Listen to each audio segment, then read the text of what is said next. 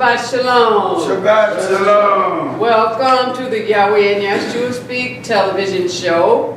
We are in this wonderful month, which the world calls Black History, but this is Hebrew history, because we are the people that this month is talking about and it deals with. And we are going to start on the lesson entitled Coming to America to Mental Slavery, Stealing the Sons of Thunder's Thunder. Go to Isaiah, the 18th chapter. Coming to America to mental slavery, stealing the sons of Thunder's thunder. Isaiah 18.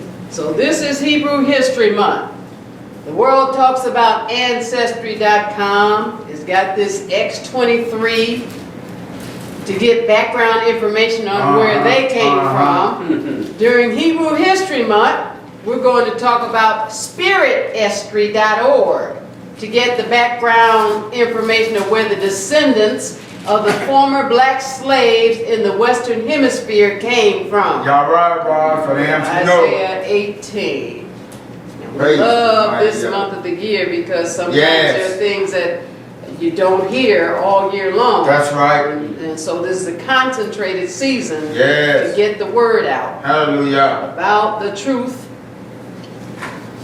of this Hebrew History Month. Isaiah 18, and let's read verse 7, please. Hallelujah. Isaiah chapter 18 and verse 7. In that time shall the present be brought unto Yahweh Sabaoth, of a people scattered and peeled, from a people terrible from their beginning hitherto, a nation meted out and trodden underfoot, whose land the rivers have spoiled, to the place of the name of Yahweh Sabaoth, the Mount Zion. All right, this is talking about a people that says, in that time shall the present be brought unto Yahweh Sabaoth, of a people scattered and peeled. It's talking about a people in the Bible. And from a people terrible from their beginning hitherto. It's a nation of people, meted out and trodden down underfoot, whose land the rivers have spoiled, to the place of the name of Yahweh Sabaoth, or Yahweh of hosts, the Mount Zion. Let's go to Mark the 3rd chapter. So the movie Coming to America with Eddie Murphy and Arsenio Hall didn't even come close to showing how your forefathers, if they came to the Western Hemisphere slaves, came to America. Oh, say, can you see? I'm coming to America. But SpiritEstry.org, where their background is in the Bible. There's an expression in the world, according to www.wordhistories.net, which is the phrase to steal someone's thunder means to use the ideas, policies, etc., devised by another person, political party, etc., for one's own advantage, or to anticipate their use by the originator. Is said to have originated in an exclamation by the English critic and ineffective playwright John Dennis, 1658 to 1734 AD. We're going to Mark the 3rd chapter. Actually, the phrase stealing someone's thunder originated much earlier than that, with the black men of the nation of Yisrael. Mark the 3rd chapter. And we want to read one verse. Verse 14. Please. Hallelujah. Mark chapter 3 and verse 14.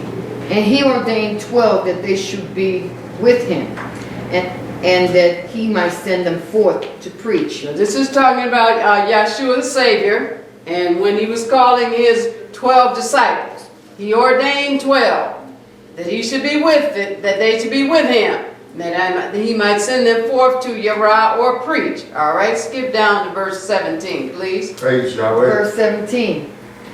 And James, the son of Zebedee, and John, the brother of James, and he surnamed them Boanerges, which is the sons of thunder. All right, and here he's talking about two of these 12 disciples.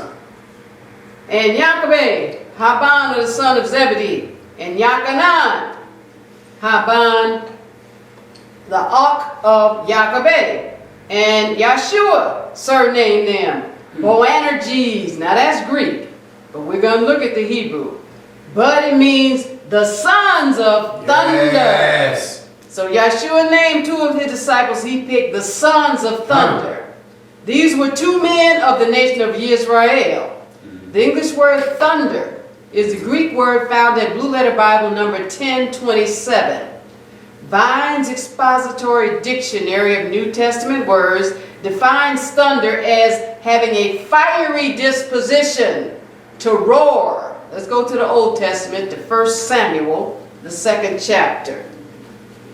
We're going to find out Yahweh is the author of the men of Israel. Yes. It's got this thunder. Yes. Hallelujah. Talking about something spiritual. I know, 1 right? Samuel, the 2nd chapter. So when they talk about this English critic talking about stealing someone's thunder, no. It did not originate with him. No. 1 Samuel, 2nd chapter. Praise the mighty Yah. And we want to read verse 10, please. Hallelujah. 1 Samuel 2 and verse 10. 1 Samuel chapter 2 and verse 10. The adversaries of Yahweh shall be broken to pieces. Out of heaven shall he thunder upon them. Yahweh shall judge the ends of the earth, and he shall give strength unto his king, and exalt the horn of his anointed. Yes. All right, so you see he's talking about Yahweh's thunder. Yeah, I know, It right? says the adversaries of Yahweh shall be broken in pieces. Yep. Out of Shemayim or heaven shall he thunder upon them. Yahweh shall judge the ends of Ha'ered or the earth, and he shall give Koach or strength unto his Melech or king, and exalt the horn of his anointed. So Yahshua named these two men thunder after Yahweh. Yahweh is the author of their thunderous spiritual personality. That was their spiritual personality. The English word thunder in 1 Samuel is the primitive Hebrew root word Ra'am. That's R-A-A-M. Found at Blue Letter Bible number 7481. Jacinius Hebrew Chaldee Lexicon defines thunder as to rage, to roar as thunder, to thunder as Yahweh, to provoke to anger. Let's go to Mark, the 9th chapter. So the two sons of thunder and the black men of the nation of Israel, like them, are fully invested in Yahweh's righteous causes. Yes. That's what their thunder is. Their full investment in Yahweh's righteous causes. Hallelujah. Mark, the 9th chapter. Praise We're going to the find mighty Yah. out that that's why things come against them, because of their full investment. Yes. Hallelujah. What an honor. And it's intimidating to people. Their thunder is intimidating to them. Yes. Praise him. To people. Mark 9, and let's read one verse, verse 38. Hallelujah. Mark chapter 9 and verse 38.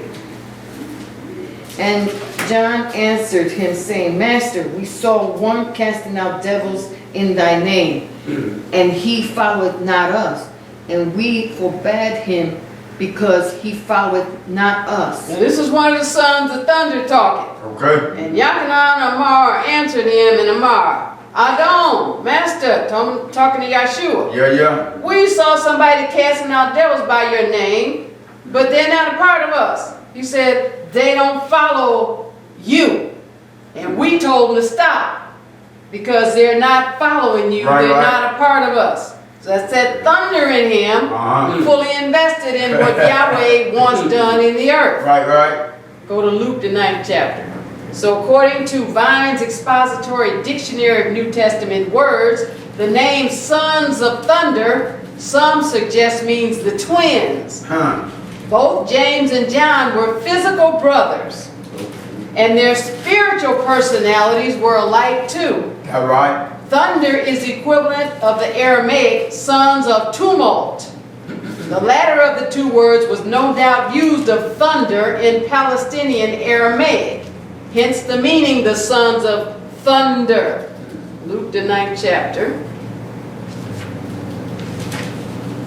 And we want to read, start at verse, well, let's read 53 and 54. Luke Hallelujah. 9 and verses 53 to 54. Praise. Luke chapter 9, verse 53. And they did not receive him because his face was as though he would go to Jerusalem. 54. And when his disciples James and John saw this, they said, Master, wilt thou that we command the fire to come down from heaven and consume them, even as Elijah did? All right, so here's these sons of thunder again, Yeah. fully invested in Yahweh's cause. And it says some people did not receive Yahshua.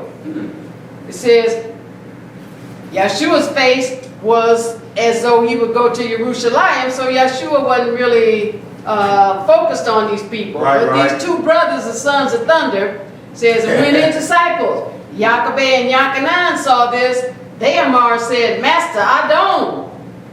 Do you want us to command fire to come down from Shemayim on these people and consume them, even as Eliah or Elijah did? Let's go to Revelation 17 chapter. So this thunderous spiritual personality that they have, in every generation, Yeah. Yahweh's sons of thunder are seen as a threat to the devil's religious system. Hallelujah. Hallelujah. Revelation 17. And the devil has a big mama religious system. He is pitted against Yahweh's true biblical doctrine. Right. Yeah, right. With Right. Yahweh Like as it the is. Father. So the devil has done the opposite. He set up some big mama I know, religious right? systems. And what we're going to find out in this Hebrew History Month is that the devil started in the Garden of Eden using Big Mama, and he has come against the sons of thunder Yes. in most recent times in slavery in the Western Hemisphere, Yep. where he's used Big Mama. But let's look at what's really going on, the battle between good and evil, Yes. where That's Yahweh is the dad, the big dad, Right. but here the sons of thunder are a threat to the devil's Big Mama religious system Okay. that he is deliberately pitted against Yahweh's true biblical doctrine. Yes. Revelation 17, and let's start at verse 1. Hallelujah. Revelation chapter 17 and verse 1. And there came one of the seven angels which had the seven vials, and talked with me, saying unto me, Come hither, I will show unto thee the judgment of the great whore that sitteth upon many waters. Now this is the devil's Big Mama I know, right? religious system. This is the devil, and Yahweh calls her a great whore. Yeah. This sits on many waters. Right. And the many waters represent people, it Yeah, yeah. represents denominations that have come out of this woman. Praise to mighty And Yahweh calls them daughters. So the Big Mama got her some big daughters too. Yeah. All right, Yeah. verse 2, but it's a spiritual thing is going on. Yes. But the devil's behind the Big Mama. Yes. And the sons of thunder, this lesson deals with trying to steal the sons of thunder's thunder. Right. All right, and the reason the devil wants to steal the sons of thunder's thunder is to stop Yahweh's plan from going. Yeah, right. We're going to look at how there's been a mental, a psychology Yes, game it that's is. been played Tell it like it is, bro. on the black men of the nation of Yisrael Yes. Tell it like it to is, try bro. to psych them out from and take their thunder. Yes. Because that's Right. what is up against. That's what is putting the devil down, that Yahweh's using to put the Yes. devil down. Hallelujah. All right? So Yahweh said, hey, here's the devil's Big Mama. He calls her a whore. She's a Okay. great whore that sits on many waters. All right? So she's punked out a whole bunch of people. Yep. All right, verse 2. Verse 2. With whom the kings of the earth have committed fornication, and the inhabitants of the earth have been made drunk with the wine of her fornication. And this is talking about nobility now. This is talking about upper echelon, leaders of the earth. Right. Have committed fornication with her, have believed her doctrine, are standing up and like punks following her doctrine. Right. Says, and the inhabitants, the people of the earth, have been made drunk with the falseness of her fornication. Right. Have got these glasses on where they don't see anything about what Big Mama is doing, because the devil sees them. All right, and the devil wants the sons of thunder to join in with that. All right, verse 3. Verse 3. So he carried me away in the spirit into the wilderness, and I saw a woman sit upon a scarlet-colored beast, full of names of blasphemy, having 7 heads and 10 horns. Wow. Go ahead.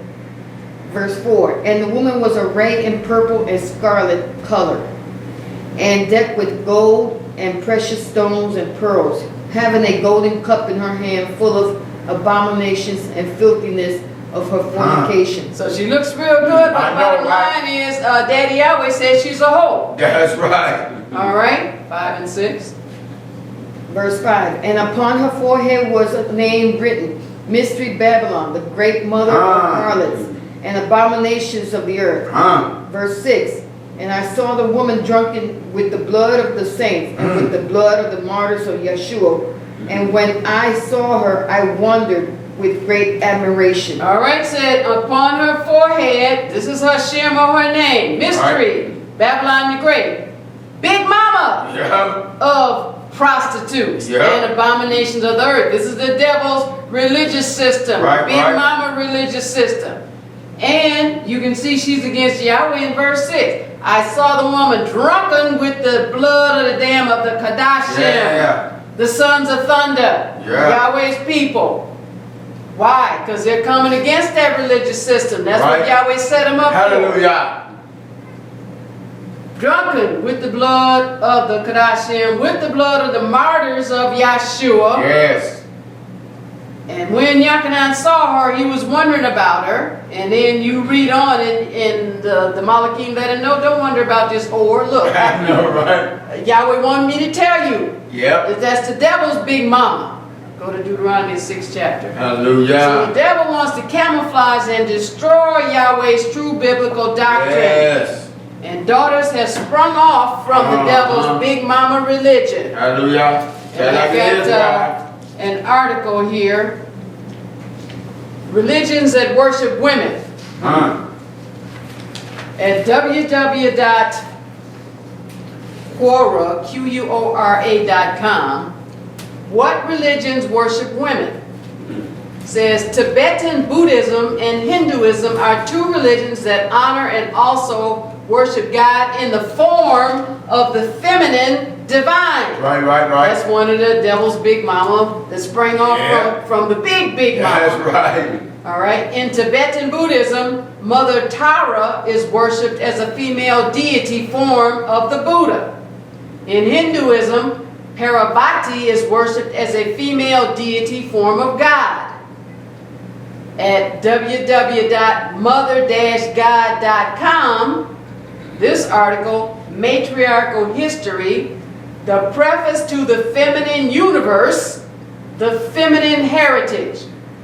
It says, it is remarkable that the many varied and highly expert author archaeologists in the excellent series Ancient People and Places express their wonder at the evidence they have found that women were once preeminent in each of their areas of research, from the Near East to Ireland. It says, moving from the Near East to Europe, the earliest known creation story is the pre-Hellenic, now that's before the Greeks, creation myth, which depicts the creation of the universe by a Euronome, the goddess of all things. You see the devil's big mama? All right? Mother of harlots. That's why you want to take the sons of thunder's thunder, because they're the only ones that are coming against this paganism. Hallelujah. It says, in all myth throughout the world, the original creator is feminine. All myth now, not reality. I know, right? All right? Right. It is only with the coming of a masculine-dominated social system that she is replaced by a male god. W.R. Smith points out that the goddesses of the ancient Shemites changed their sex and became gods in historical times, while Atia, the supreme god of Polynesia, was a goddess as little as 500 years ago. Often the new cult of the male god could only be made to replace the original religion of the goddess by a very severe patriarchal regime. This was the case with the Hebrew Jehovah.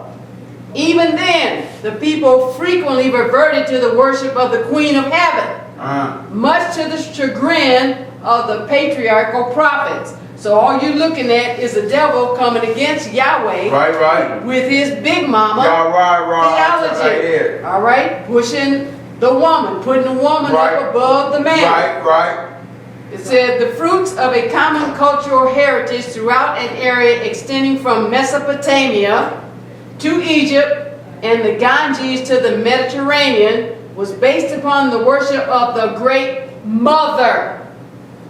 It may well have been a matriarchal civilization in which the priesthood and very likely the heads of family and of state were all female. All right? And let's read a few more about these religions that worship women, because the devil wants to camouflage and destroy Yahweh's true biblical doctrine. And these daughters that have sprung up, we just read in Revelation 17, from this mama whore, big mama. All right?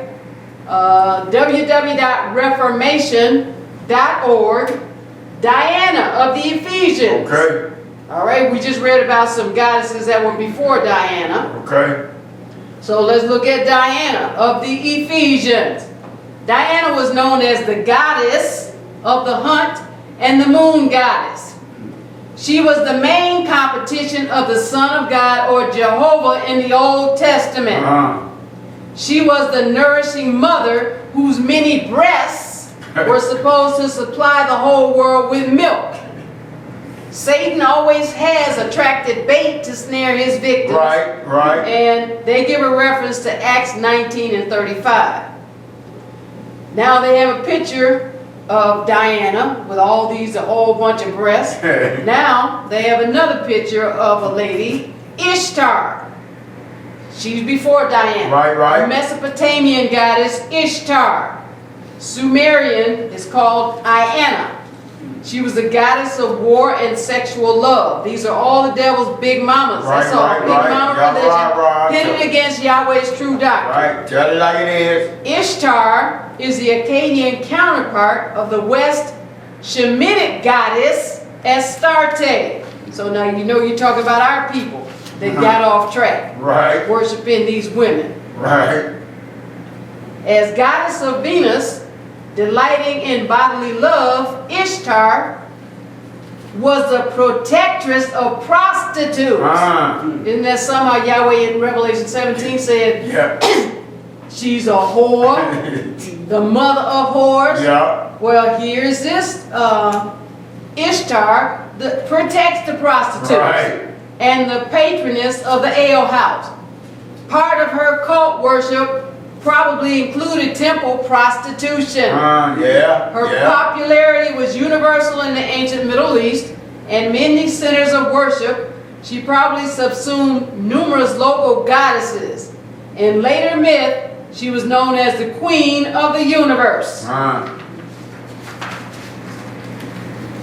the latest goddess is Mary. And they call it Mariology. www.Britannica.com, Britannica Encyclopedia. This is all from Revelation the 17th chapter. This is all from the devil, and Yahweh's going to show us in this series how he started making big mamas in the Garden of Eden. Mariology, in Christian, especially Roman Catholic theology, the study of doctrines concerning Mary, the mother of Jesus. This term also refers to the content of these doctrines. The Council of Ephesus, you're talking about the Roman Catholic Church, 431 AD, said that Mary was Theotokos, and the principle upon which devotion to her in the East has rested. In both Eastern and Western traditions, Various feast days in her honor were established.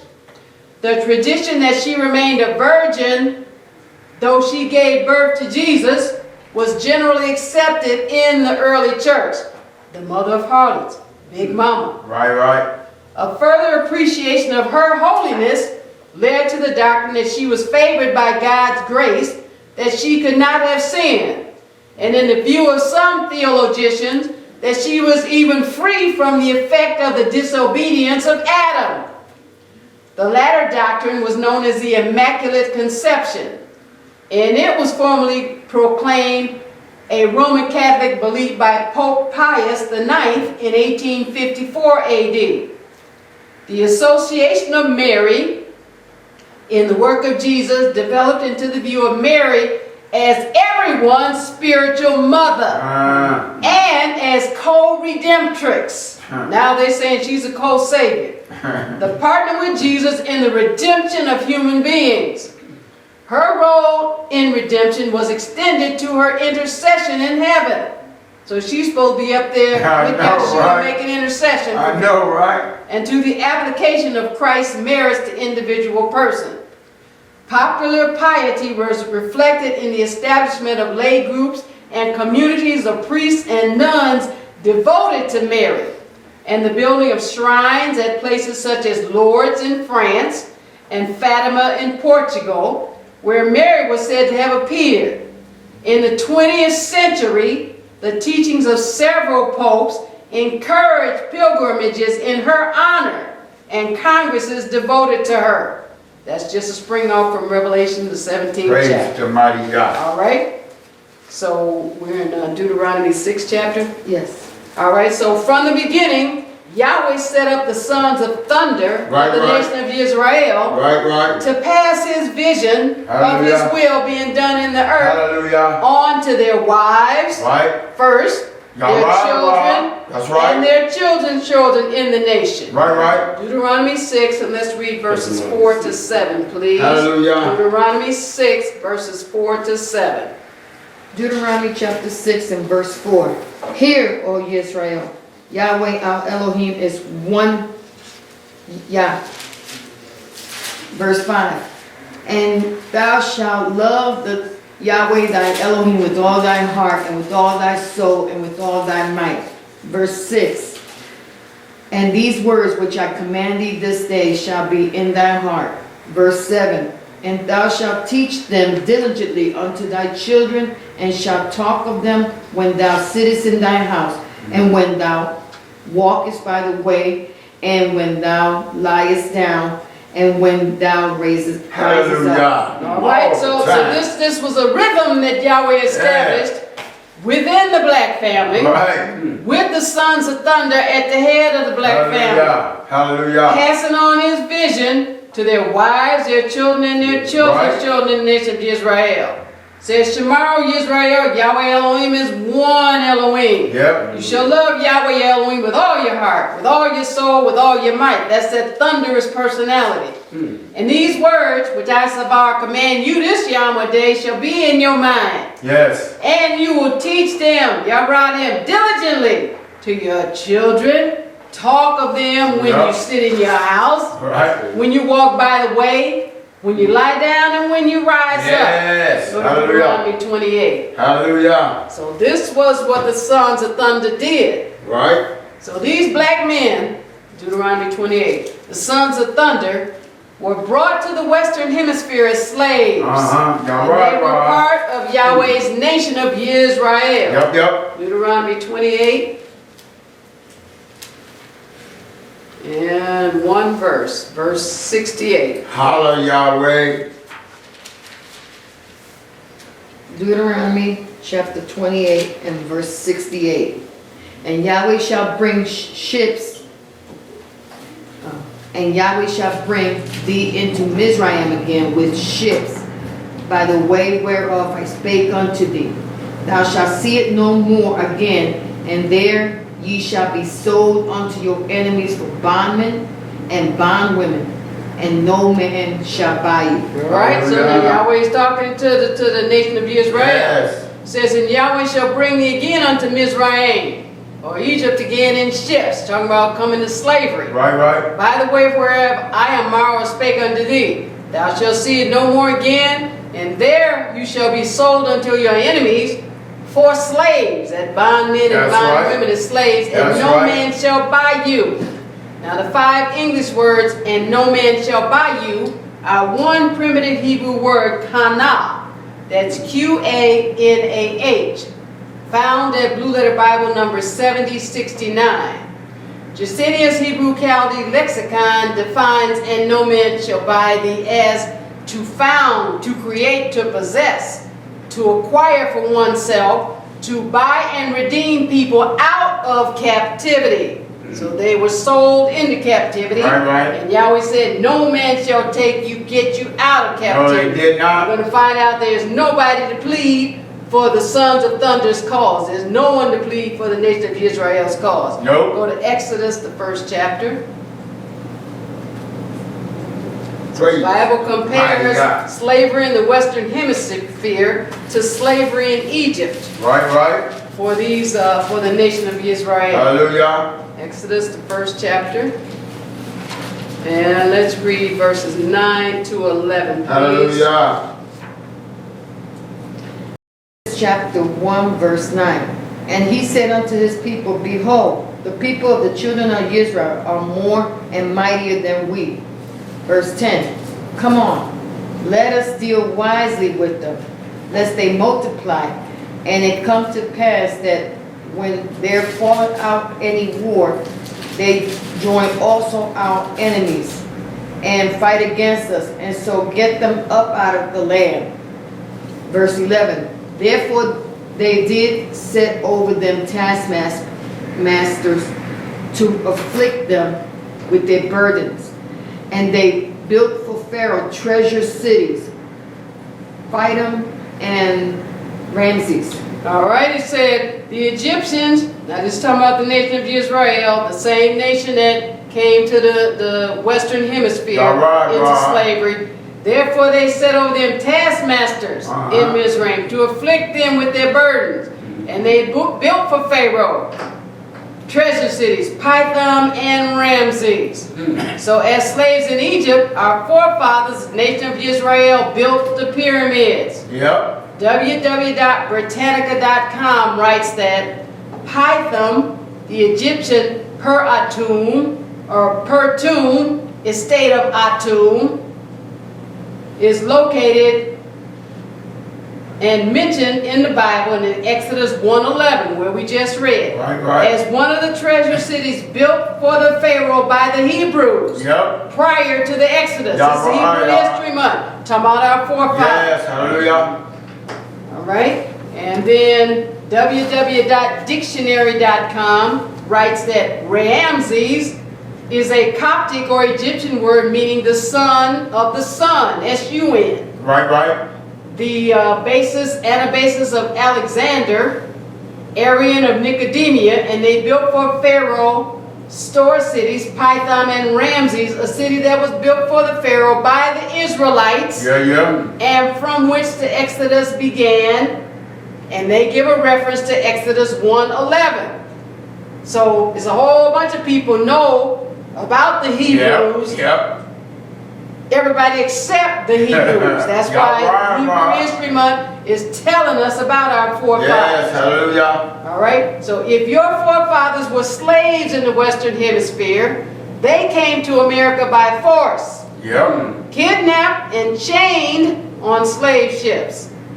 According to www.britannica.com, History and Facts, transatlantic slave trade, that's what they called it coming to the Western Hemisphere. Right, right. Slavery, written by Thomas Lewis, last updated January 3rd, 2020. Meanwhile, you can turn to Lamentations.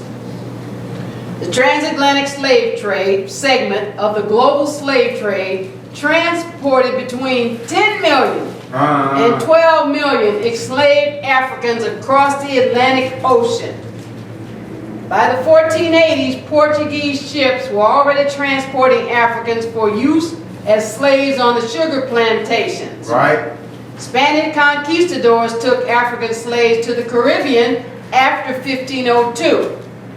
But the Portuguese merchants continued to dominate the transatlantic slave trade for another century and a half, operating from their bases in the Congo, Angola area along the west coast of Africa. The Dutch, these are all talking about Europeans now. Right.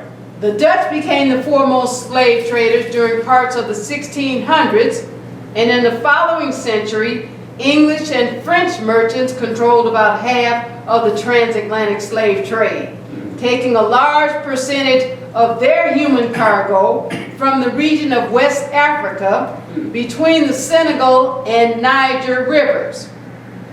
The largest number of slaves were taken to the Americas during the 18th century, when, according to historians, they estimate nearly 3/5 of the total volume of the transatlantic slave trade took place.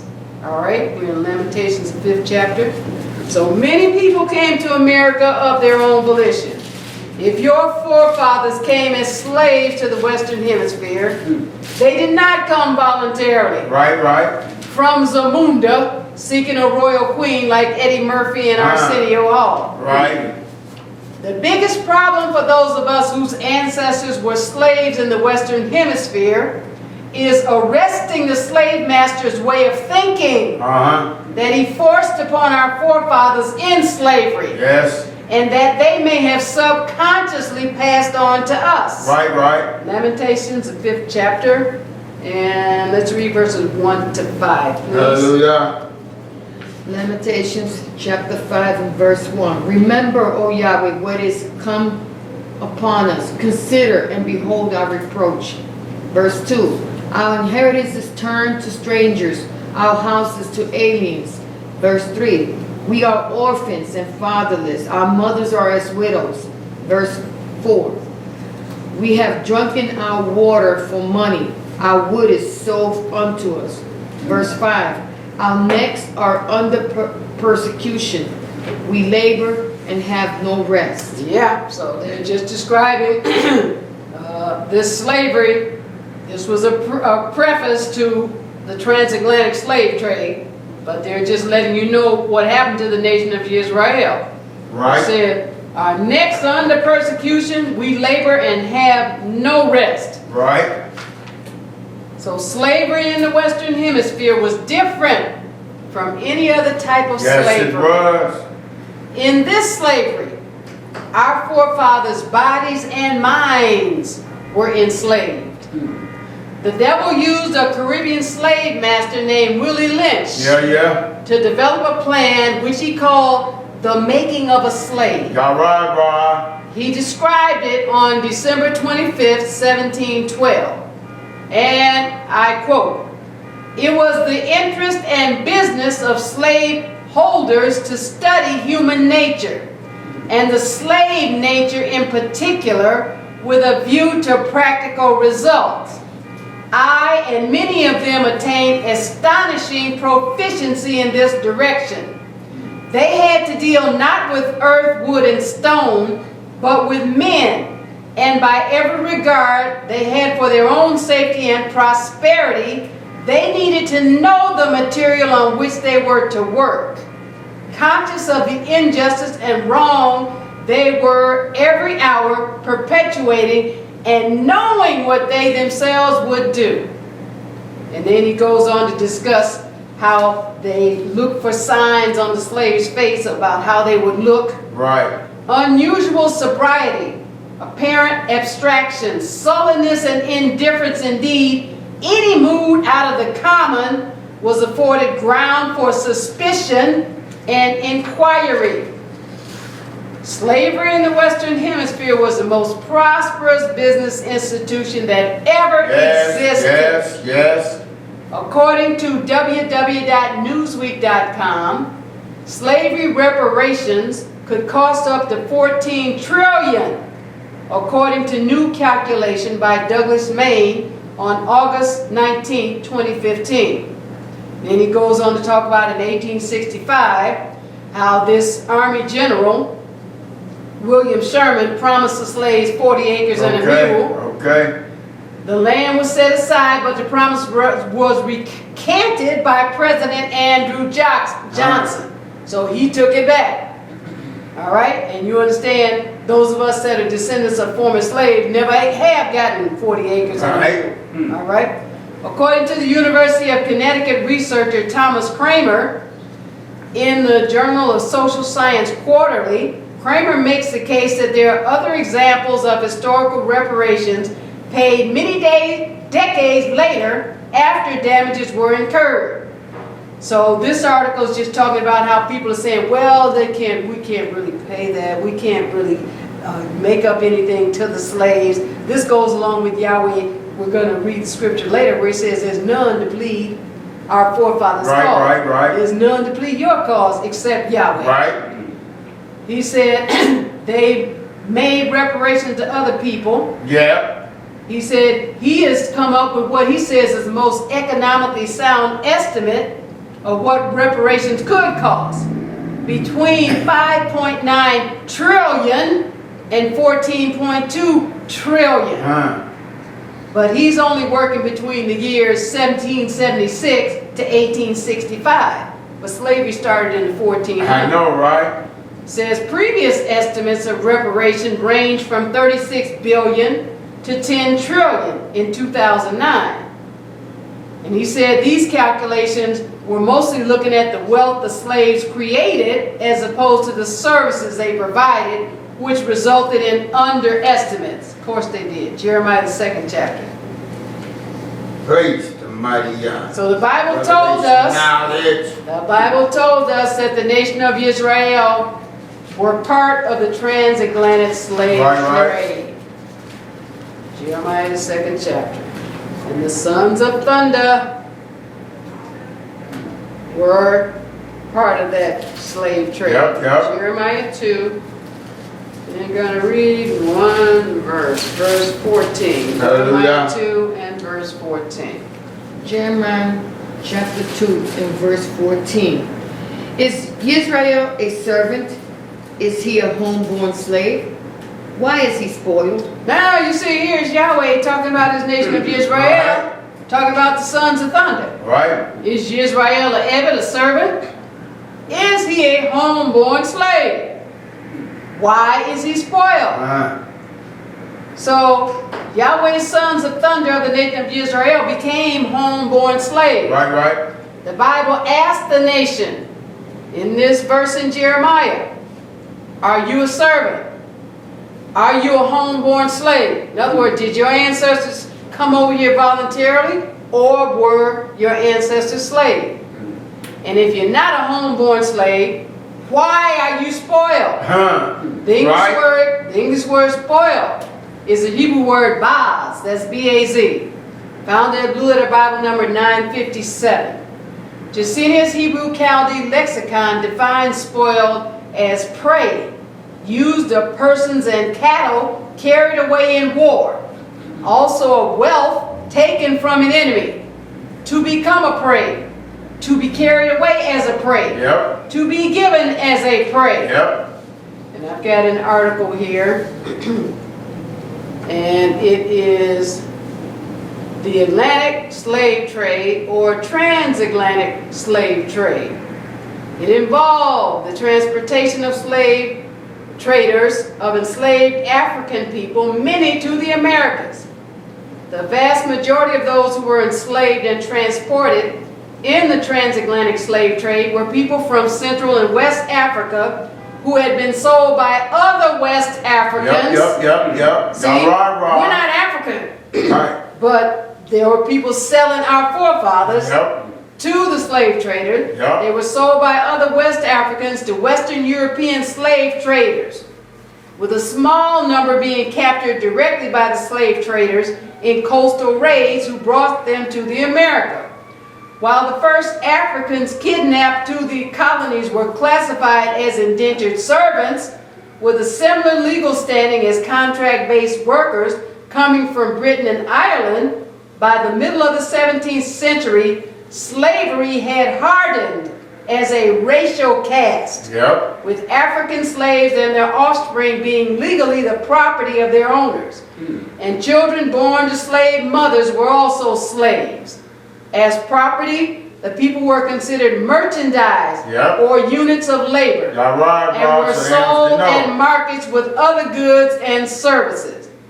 The major Atlantic slave trading nations ordered by trade volume were the Portuguese, the British, the French, all Europeans now, the Spanish, the Dutch empires, and the Danish, along with an occasional Norwegian. Says several had established outposts on the African coast where they purchased slaves from local African leaders. Slaves were imprisoned in a factory while awaiting shipment. Current estimates are that about 12 million to 12.8 million Africans were shipped across the Atlantic over a span of 400 years.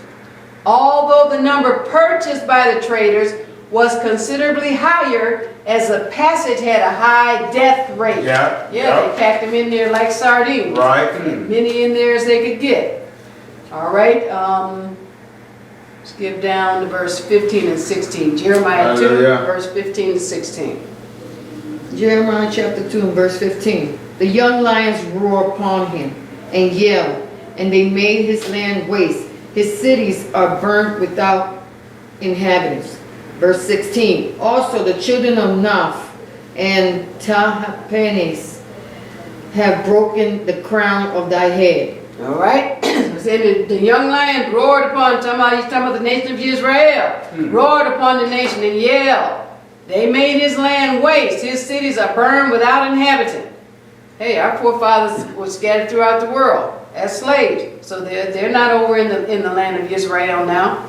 It says also the children of Naph and Tahpanhes have broken the crown of the nation of Israel's head. The 5 English words, the crown of thy head, are one Hebrew word, kod, that's Q-O-D, Q-O-D, meaning the crown of the head as the part most bowed, the pate, the scalp, the top of the head.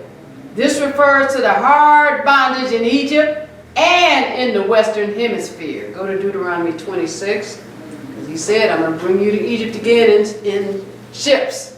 So he said the bondage in Mizraim or Egypt was hard, but the slavery in the Western Hemisphere was unimaginable. Deuteronomy 26. And I personally don't even like to watch those pictures when they show them during this time. Because you're not just watching fiction, you're watching something that actually happened. Deuteronomy 26. Praise the mighty I God. saw Oprah Winfrey and Danny Glover on something they were showing, and some people rode by in horses or something, and they're crawling all up under the table, and I only watch it for a couple of minutes, like, no, I can't watch this. Deuteronomy 26 and 6, just knowing because it really happened. 26 and 6. Hallelujah. Deuteronomy chapter 26 and verse 6. And Mizraim's evil entreated us and afflicted us and laid upon us hard bondage. All right, it says, and the Mizraim, evil entreated us and afflicted us and laid upon us hard bondage. There's some of the children of Naph and Tahpanhes breaking the crown of the nation of Israel's head. Go to Jeremiah the 30th chapter. So that's talking about the Egyptian slavery. Now it's going to talk about the transatlantic slave trade. Jeremiah 30.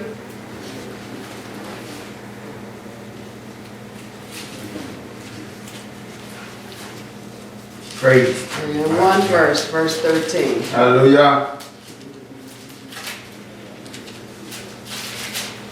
Jeremiah chapter 30 and verse 13. There is none to plead thy cause, that thou mayest be bound up. Thou hast no healing medicines. All right? Yahweh said there's none to plead your cause. Why? Because he's the one that pleads our cause. None to plead your cause. That you may be bound up. You have no shalom, no healing medicines. According to www.newsweek.com, slavery reparations could cost up to 14 trillion, according to new calculation by Douglas Main on August 19, 2015.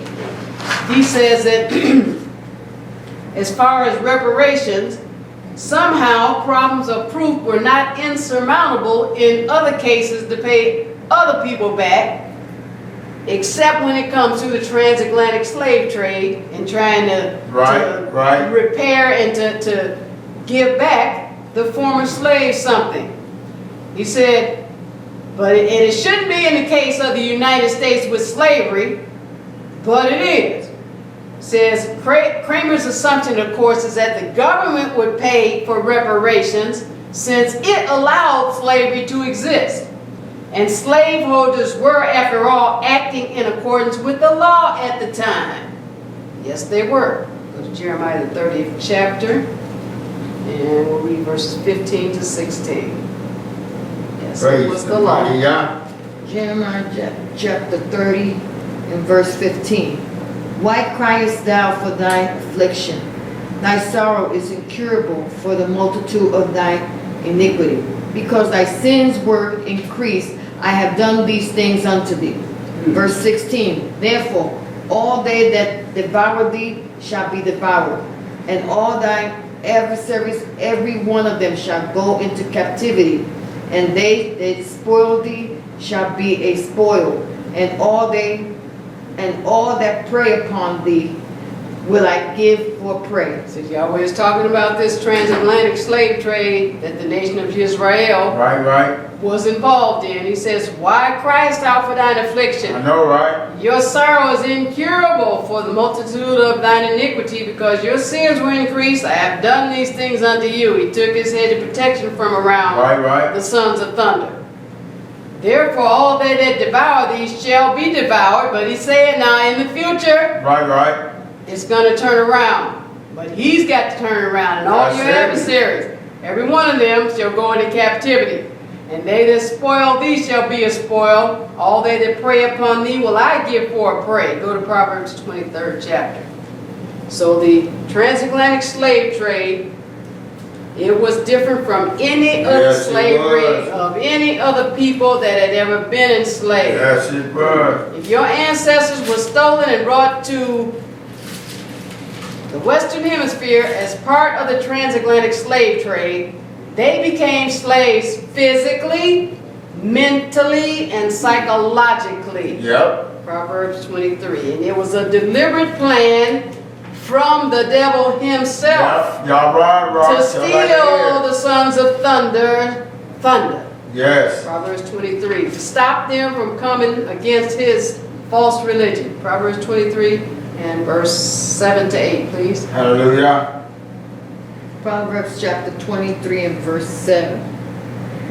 For as he thinketh in his heart, so is he. Eat and drink, saith he to thee, but his heart is not with thee. Verse 8. The morsel which thou hast eaten shalt thou vomit up, and lose thy sweet words. All right. So, as a man thinks in his mind, so is he.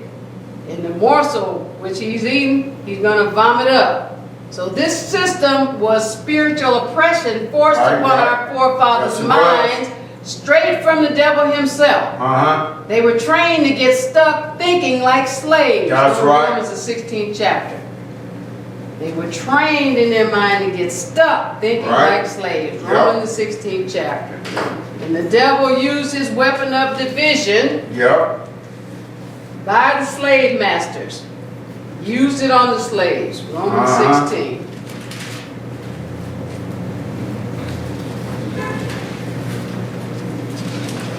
And we'll read verses 17 to 18. Romans 16, verses 17 to 18. Romans chapter 16 and verse 17.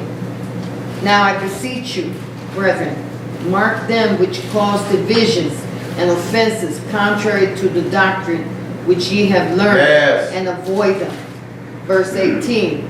For they that are such serve not our Master Yahshua Mashiach, but their own belly, and by good words and fair speeches deceive the hearts of the simple. All right, so it said, brethren, pay attention to them. They call it division of Right. offenses. Yep. Try to divide. That's what the devil had the slave master do. Yep. The devil, through Willie Lynch and other slave masters, used the plan, let's make a slave. The origin and development of a social being called the Negro. Okay. Here's a quote from his 1712 AD letter to the slave masters. I quote, "In my bag here, I have a foolproof method for controlling your black slaves. I guarantee every one of you that, if installed correctly, it will control the slaves for at least 300 years. My method is simple. Any member of your family or your overseer can use it. I have outlined a number of differences among the slaves, and I take these differences and make them bigger. I use fear, distrust, and envy for control purposes. These methods have worked on my modest plantation in the West Indies, and it will work throughout the South. Take this simple little list of differences and think about them. On top of my list is age, but it's there only because it starts with an A. The second is color or shade. There is intelligence, size, sex, sizes of plantations, status on plantations, attitude of owners, whether the slaves live in the valley, on a hill, east, west, north, south, have fine hair, coarse hair, or is tall or short, unquote. Yep. Lynch's plan was to psych out our forefathers and pass that thinking on to us as their children. Yep. Go to 1 Corinthians 11. It was a 7-step plan, and it took a year to implement it and really get it going. But once it got going, it lasted at least 300 years. And 1 more. Corinthians 11. And once you understand what that plan was and what it did, you can see it so clearly. Yep. Praise People are mighty still God. thinking like that. Yep.